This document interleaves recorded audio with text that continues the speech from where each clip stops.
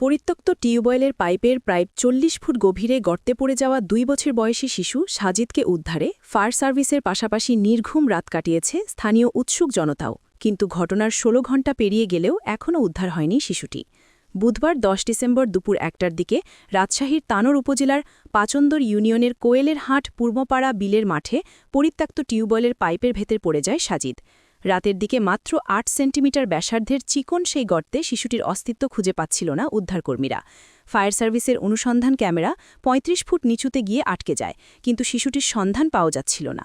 এজন্য উদ্ধারকর্মীরা সিদ্ধান্ত নেয় গর্তের পাশেই অন্তত ৪০ ফুট এক্সকেভেটর দিয়ে মাটি সরাতে হবে, তাহলেই হয়তো বিকল্প সুড়ঙ্গ খুঁড়ে শিশুটির সন্ধান মিলবে।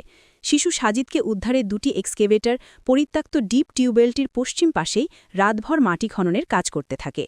ছোট্ট শিশুটিকে কখন কিভাবে উদ্ধার করা হবে সেই মহেন্দ্রক্ষণের অপেক্ষায় সারা রাত নির্ঘুম রাত কাটিয়েছে তানোরের পাচন্দর ইউনিয়নের শত শত উৎসুক জনতা। পাশের গ্রাম থেকে উদ্ধার তৎপরতা দেখতে আসা আমিনুল ইসলাম বলেন, শিশু সাজিদ গর্তে পড়ে থাকবে আর আমরা বাড়িতে ঘুমাবো, এটা হতেই পারে না। এজন্য ফায়ার সার্ভিসের উদ্ধার তৎপরতার সঙ্গে রাতভর আমরাও শিশুটির জন্য জেগেছিলাম, যাতে ছোট্ট সাজিদ সুস্থ ও অক্ষত অবস্থায় উদ্ধার করা সম্ভব হয়।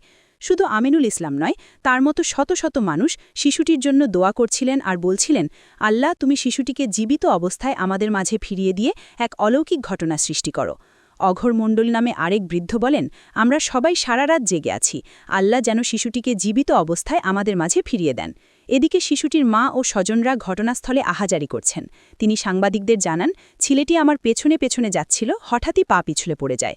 আমি পেছনে ফিরে দেখি সাজিদ মা মা বলে ডাকছে। এটা বলে তিনি কান্নায় ভেঙে পড়েন।